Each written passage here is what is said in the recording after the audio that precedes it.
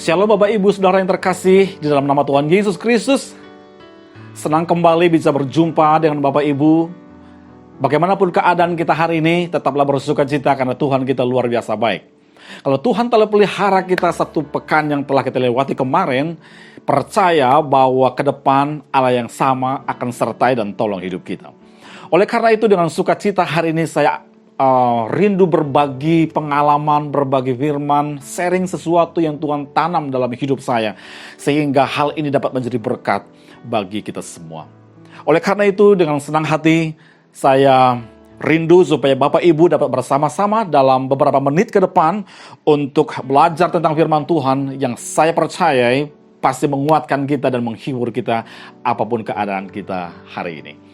Sebelum kita lebih jauh belajar tentang bagian firman Tuhan yang akan kita pelajari, sebelumnya kita akan berdoa meminta pertolongan dari Tuhan agar pengertian yang baru kita peroleh karena Roh Kudus bekerja di tengah-tengah kita. Mari berdoa, saya akan menuntun kita semua dalam doa. Bapa, dalam nama Yesus Tuhan, kami berterima kasih karena Engkau baik. Kalau Tuhan sertai kami kemarin, kami percaya esok pun Tuhan akan sertai kami dengan cara yang lebih lagi. Oleh karena itu Bapa, kami menyiapkan hati kami, pikiran kami, supaya firman Allah yang sebentar kami akan pelajari benar-benar membawa dampak atas hidup kami, sehingga mengubah segala sesuatu yang penting Engkau ubah, sehingga hidup kami menjadi hidup seperti yang Tuhan mau. Oleh karena itu Bapa, sertai jemaat-Mu dan hamba-Mu terutama, supaya hari ini kami memperoleh berkat berasal dari firman, sehingga ketika kami pulang, kami benar-benar hidup seperti Yesus hidup. Dalam nama Yesus kami berdoa bersyukur, haleluya, amin. Bapak Ibu Saudara yang terkasih dalam nama Tuhan Yesus Kristus, hari ini kita akan belajar tentang satu bagian firman Tuhan yang terambil dari satu kitab yang menjadi kitab yang sangat favorit untuk kita pelajari dan saya pelajari dalam beberapa waktu belakangan ini, yang terdapat di dalam 1 Tesalonika pasal yang pertama, ayat yang keempat sampai ayat yang ke-10. Saya akan membacakan firman Tuhan ini dan Bapak Ibu dapat menyimaknya secara perlahan-lahan. 1 Tesalonika pasal yang pertama ayat yang keempat. Demikianlah firman Tuhan. Dan kami tahu, hai saudara-saudara yang dikasihi Allah, bahwa Ia telah memilih kamu, sebab Injil yang kami beritakan bukan disampaikan kepada kamu dengan kata-kata saja, tetapi juga dengan kekuatan oleh Roh Kudus dan dengan suatu kepastian yang kokoh. Memang kamu tahu bagaimana kami bekerja di antara kamu oleh karena kamu. Dan kamu telah menjadi penurut kami dan penurut Tuhan dalam penindasan yang berat. Kamu telah mendengar firman itu dengan sukacita yang dikerjakan oleh Roh Kudus. Ayat yang ke-7, sehingga kamu telah menjadi teladan untuk semua orang yang percaya di wilayah Makedonia dan Akhaya. Karena dari antara kamu firman Tuhan bergema, bukan hanya di Makedonia dan Akhaya saja, tetapi di semua tempat telah tersiar kabar tentang imanmu kepada Allah, sehingga kami tidak usah mengatakan apa-apa tentang hal itu, sebab mereka sendiri bercerita tentang kami, bagaimana kamu sambut dan bagaimana kamu berbalik dari berhala-berhala kepada Allah untuk melayani Allah yang hidup dan yang benar. Ayat yang terakhir, ayat 10. Dan untuk menantikan kedatangan anaknya dari surga yang telah dibangkitkannya dari antara orang mati, yaitu Yesus yang menyelamatkan kita dari murka yang akan datang. Amin, haleluya.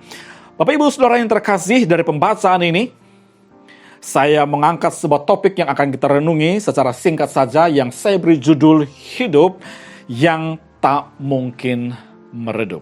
Hidup yang tak mungkin meredup.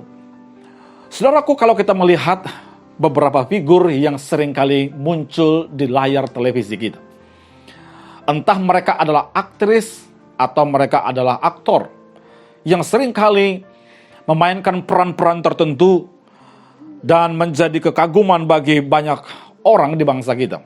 Seringkali kita melihat orang-orang tertentu muncul dengan karir yang menanjak luar biasa di tahun tertentu, tetapi tidak lama setelah itu mereka hilang seperti ditelan oleh bumi. Sehingga susah lagi kita melihat jejak-jejak mereka dan tidak ada peran apapun yang mereka tampilkan atau karya tertentu yang mereka berikan kepada halayak. Allah menciptakan kita dengan sebuah maksud, supaya orang Kristen menjadi terang di sepanjang perjalanan hidup mereka. Allah memaksudkan kita supaya kita membawa pengaruh, bukan hanya bagi lingkar kecil dalam keluarga kita, tetapi Allah mau supaya hidup kita membuat dampak yang semakin hari semakin meluas. Bukan hanya meluas secara luar biasa dari hari ke hari, tetapi Allah mau supaya hidup kita dipastikan benar-benar mengalami pembaharuan yang membawa dampak secara terus-menerus dari tahun ke tahun dan tak pernah meredup. Jangan jadi orang Kristen yang hari ini menjadi berkat dan besok kita gagal menjadi berkat. Jangan jadi orang Kristen yang dari tahun ke tahun benar kita melewati atau memperingati Natal, Paskah secara siklus berulang-ulang. Tetapi kita tidak pernah mengalami kemajuan demi kemajuan dalam kehidupan spiritual kita dan dampak hidup kita. Dan oleh karena itu hari ini, ketika belajar tentang firman Tuhan ini, saya percaya akan ada sesuatu yang akan kita peroleh karena berkaca dari jemaat Tesalonika. Mereka mengalami hidup yang luar biasa pengaruhnya bagi kekaisaran Romawi. Bagaimana mereka mengalami hidup yang tidak meredup tersebut? Oleh karena itu kita akan belajar tentang 3 hal sederhana yang menolong kita melihat jemaat ini, kemudian kita hidup seperti mereka hidup. Perhatikan baik, kita mulai dengan kebenaran yang pertama. Terdapat di dalam ayat yang ke-6. Ayat yang ke-6 berkata, "Dan kamu telah menjadi penurut kami dan penurut Tuhan. Dalam penindasan yang berat, kami telah menerima firman itu dengan sukacita yang dikerjakan oleh Roh Kudus." Perhatikan baik, ada kalimat yang luar biasa menarik. Mereka menjadi penurut kami, kata Paulus, dan menjadi penurut Tuhan, terutama dalam respon terhadap firman Allah. Mereka merespon firman Allah dengan luar biasa, membuka hati, membuka pikiran, sehingga firman itu benar-benar merestorasi, benar-benar melakukan perubahan yang mendasar dalam hidup mereka. Tetapi bukan itu saja Bapak Ibu, tetapi hal berikutnya yang menarik adalah setelah mereka menerima firman, mereka akhirnya menjadi saluran untuk sampaikan firman itu kepada orang lain. Itu sebabnya yang saya pelajari yang pertama. Mengapa jemaat ini dipuji, mereka benar-benar luar biasa berdampak bagi provinsi Makedonia dan Akhaya, bahkan Paulus berkata sampai ke daerah-daerah yang lain iman mereka tersebar. Yang saya pelajari yang pertama adalah kalau kita ingin hidup kita tak mungkin redup. Yang pertama, firman yang kita terima segera dibagikan. Menarik untuk kita pelajari Bapak Ibu Saudara kalau kita membaca secara komprehensif dari kitab 1 Tesalonika. Jemaat ini bukan hanya menerima firman dengan begitu responsif pada kala pertama mereka mendengar Injil. Tetapi Paulus juga mencatat bahwa jemaat ini adalah jemaat yang turut berpartisipasi menyebarkan Injil kepada daerah-daerah yang ada di sekitar Makedonia dan Akhaya. Itu yang saya sebut sebagai firman yang kita terima harus segera dibagikan. Nampaknya inilah cara yang terbaik kalau kita ingin hidup kita benar-benar membawa pengaruh. Sehingga tidak lagi bergantung kepada apakah kita masih muda atau kita sudah cukup dewasa atau cukup matang. Kalau hal ini kita praktekkan dalam hidup kita, Terima firman, kemudian kita sharing. Terima kebenaran, kemudian kita bagikan. Dengan cara demikian, saya yakin dan percaya hidup kita pasti membawa dampak yang luar biasa bagi banyak orang. Saudaraku yang terkasih dalam nama Tuhan Yesus Kristus. Banyak orang Kristen hanya puas menambah pengetahuan mereka tentang kebenaran Alkitab. Banyak di antara kita hanya peduli tentang sesuatu informasi yang kita serap dari buku, dari pengkhotbah yang lain, atau dari internet, atau dari media-media yang mungkin kita sukai. Benar, baik untuk kita menambah pengetahuan. Untuk menambah pengertian kita tentang firman Allah, itu sesuatu yang penting dan dianjurkan.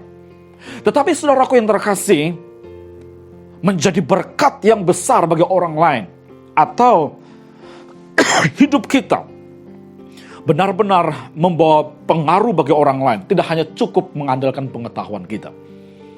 Tetapi yang terpenting, yang paling esensi dari itu adalah apa yang Anda lakukan dengan apa yang Anda ketahui. Apa yang kita perbuat dengan pengetahuan Alkitab yang kita punyai. Artinya bahwa apa yang kita miliki di dalam pikiran kita, itu benar-benar harus kita salurkan kepada orang lain. Harus kita bagikan, harus kita sharingkan kepada orang lain. Itulah caranya membuat hidup kita ini bernilai. Dan kalau kita tidak pernah membagikan sesuatu yang kita miliki, maka hidup kita adalah hidup yang sia-sia. Karena itu saya berdoa bagi setiap jemaat Tuhan dan siapapun yang mendengarkan pemberitaan firman Tuhan ini. Saya dan saudara telah memiliki pengetahuan, dan saya percaya pengetahuan yang kita punya bisa dipakai oleh Roh Kudus agar mampu menolong orang lain yang memerlukan Allah dalam hidup mereka. Oleh karena itu, siapa teman saudara, siapa rekan saudara yang saudara dapat berbagi firman dengan mereka. Mungkin berbagi cerita yang sederhana tentang hidupmu, tentang ayat Alkitab, saudara bisa membagikannya dengan mereka dan itu menguatkan hidup orang lain. Dengan cara demikian, hidup kita tidak akan mungkin redup. Kita akan terus-menerus menyala, kita akan terus-menerus berdampak, kita akan terus-menerus membawa pengaruh. Oleh karena itu Bapak Ibu Saudaraku, itu kunci hidup yang pertama, yaitu firman yang kita terima segera dibagikan. Yang kedua, perhatikan ayat yang ke-7 dan ayat yang ke-8. Alkitab berkata, sehingga kamu telah menjadi teladan untuk semua orang yang percaya di wilayah Makedonia dan Akhaya. Ayat ke-8. Karena dari antara kamu firman Tuhan bergema bukan hanya di Makedonia dan Akhaya saja, tetapi di semua tempat telah tersiar kabar tentang imanmu kepada Allah, sehingga kami tidak usah mengatakan apa-apa tentang hal itu. Nah, saudaraku, yang pertama tadi firman yang kita terima segera dibagikan. Yang kedua yang saya pelajari adalah iman yang kita punya lekas diceritakan. Iman yang kita punya lekas diceritakan. Sangat menarik kalau kita meneliti bagian demi bagian dari kitab Tesalonika. Khususnya pada pasal yang pertama, dikisahkan oleh Paulus bagaimana dia dan kawan sekerjanya, mereka berkeliling dari provinsi ke provinsi, dari satu daerah ke daerah yang lain yang ada di Kekaisaran Romawi. Menariknya adalah Paulus rupanya menemukan bagaimana jemaat Tesalonika telah berdampak luas bagi banyak daerah di Kekaisaran Romawi. Sehingga mereka tidak lagi perlu untuk menceritakan lebih jauh tentang bagaimana jemaat Tesalonika itu hidup bagi Allah. Atau bagaimana Injil disampaikan secara mendalam. Karena rupanya begitu banyak orang di daerah-daerah tersebut yang telah mendengar iman orang Tesalonika yang luar biasa itu. Jadi mereka bukan hanya menangkap firman kemudian membagikannya, tetapi mereka juga membagikan iman. Apa yang mereka telah percayai, itu yang mereka sampaikan dan mereka ceritakan. Nah, saudara yang terkasih dalam nama Tuhan Yesus Kristus, penting memang kita membagikan berkat bagi orang lain, itu pasti akan menghibur. Penting kita memperhatikan kebutuhan orang lain, kemudian kita akhirnya digerakkan oleh Tuhan untuk saling berbagi harta milik atau sesuatu yang mungkin diperlukan orang lain. Itu pasti akan penting dan mungkin sangat memberkati. Tetapi saudara yang terkasih, membagikan iman secara aktif adalah hal yang jauh lebih esensial. Hanya dibanding hanya memberikan atau membagikan sesuatu yang bersifat material. Oleh karena itu jemaat yang ada di Tesalonika, mereka mengerti persis bahwa iman yang mereka miliki, iman yang mereka hidupi, atau hal-hal yang mereka percayai sekarang, itu penting untuk diceritakan. Nah, oleh karena itu saudara yang terkasih dalam nama Tuhan Yesus Kristus, ini hal yang menurut saya begitu mendasar dari kehidupan kekristenan. Imanmu, apa yang engkau percayai, atau Yesus yang menjadi objek dari iman kita, adalah sesuatu yang sangat penting, bahkan terpenting dari segala sesuatu yang kita miliki dalam hidup ini. Pertanyaannya, apa yang saya dan saudara lakukan dengan apa yang terpenting dari hidupmu? Kalau saudara memiliki Yesus dan Dia adalah jawaban bagi segala sesuatu dalam hidup kita, itu berarti tanggung jawab saya sekarang adalah membagikan hal yang terpenting itu kepada orang lain, supaya hidup kita benar-benar membawa dampak dan pengaruh bagi hidup mereka yang belum memiliki Kristus. Oleh karena itu saya mendorong setiap kita untuk membagikan imanmu kepada orang lain. Ceritakan apa yang Tuhan telah kerjakan dalam hidup saudara. Bagaimana Tuhan telah memberkati, bagaimana Tuhan telah menyembuhkan, bagaimana Tuhan telah menjamah, bagaimana Tuhan telah melepaskan kita dari berbagai belenggu hidup ini. Bagikan kepada orang lain, karena itu sesuatu yang benar-benar penting. Aplikasinya bagi kita apa, saudaraku? Di masa pandemi seperti ini, Allah memberikan kepada umat manusia pada dekade ini sebuah momentum yang begitu istimewa. Benar, ini sangat memukul begitu banyak bangsa-bangsa di dunia. Bahkan keluarga demi keluarga, secara ekonomi, politis, atau apapun, kita semua terdampak.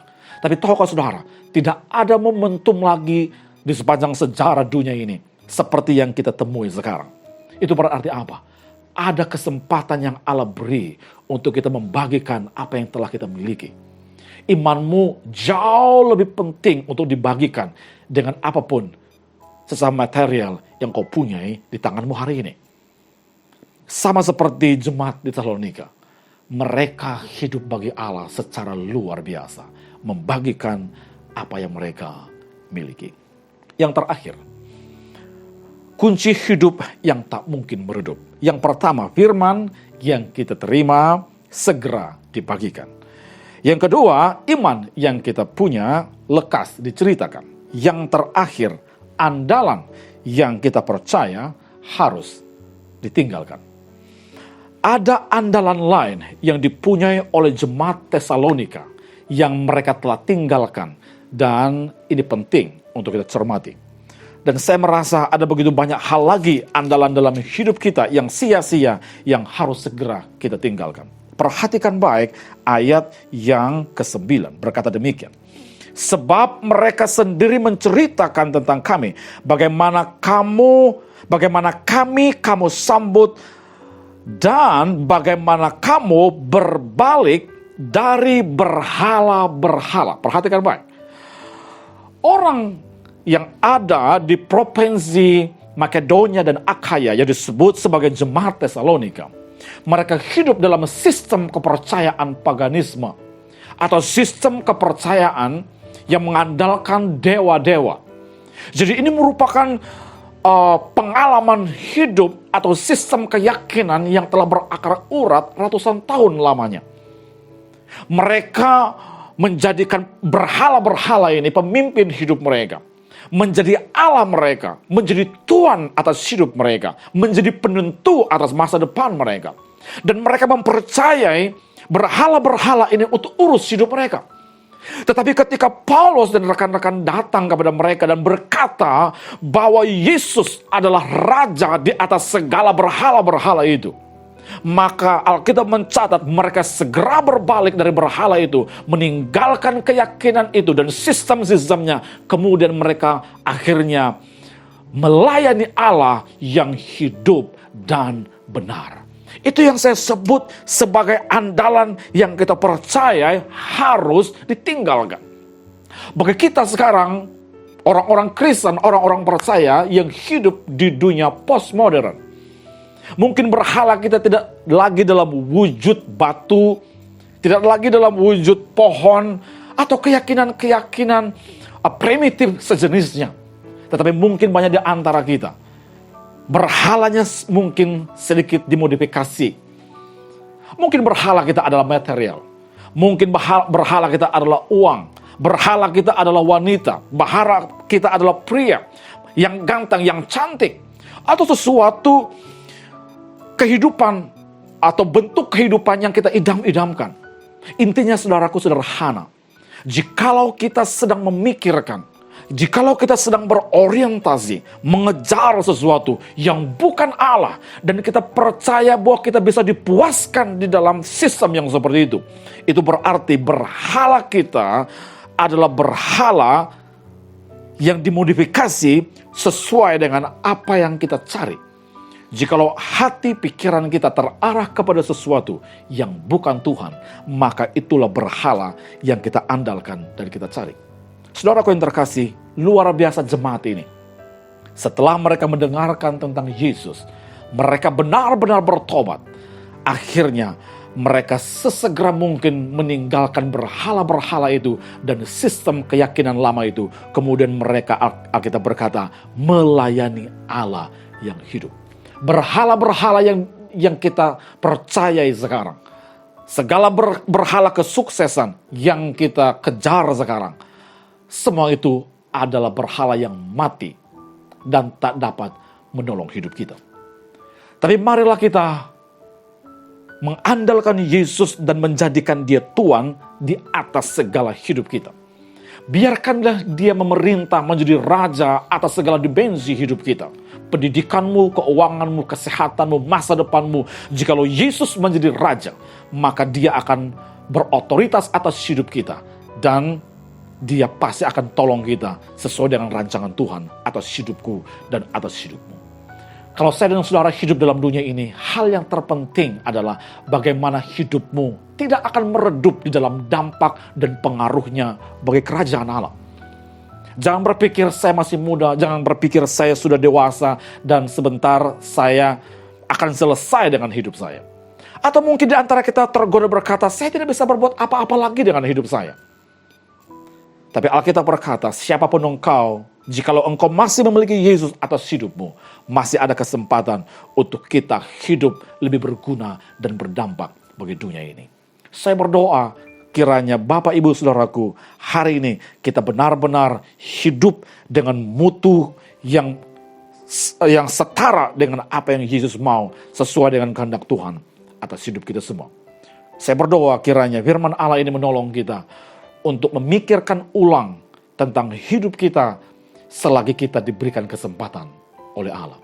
Saya mendorong kita semua, mari firman Allah yang kita terima harus segera kita bagikan. Mari kiranya iman yang kita punya sekarang harus lekas kita ceritakan. Dan andalan lain yang kita percayai harus ditinggalkan. Jadikan Yesus yang terutama atas hidupmu, atas masa mudamu, sehingga benar-benar kita dipakai oleh Allah sesuai dengan tujuan dan rencananya atas hidup kita. Kiranya firman Tuhan ini menolong kita semua, sehingga kita dapat dipakai oleh Tuhan sekarang dan esok. Tuhan Yesus memberkati. Mari berdoa bersama-sama. Bapa di surga, kami berterima kasih oleh karena anugerah yang melimpah di dalam Kristus, yang telah menolong kami untuk belajar tentang firman Allah yang luar biasa ini. Sehingga firman ini kami percaya memberkati jemaat-Mu, sehingga hidup kami pada gilirannya menjadi berkat bagi orang lain. Kiranya hidup kami tidak akan pernah meredup. Meskipun usia kami semakin hari semakin lanjut, tetapi kami percaya di dalam Kristus tidak ada batas untuk kami menjadi berkat bagi orang lain. Kami berdoa supaya jemaat-Mu dan para pendengar diberkati oleh Tuhan berlimpah-limpah. Terpuji nama Tuhan, ini doa syukur kami dalam nama Yesus. Kami berdoa dan bersyukur untuk firman Allah ini, sehingga hidup kami diberkati sekarang dan sampai selama-lamanya. Haleluya, haleluya. Amin, amin. Tuhan Yesus memberkati dan shalom.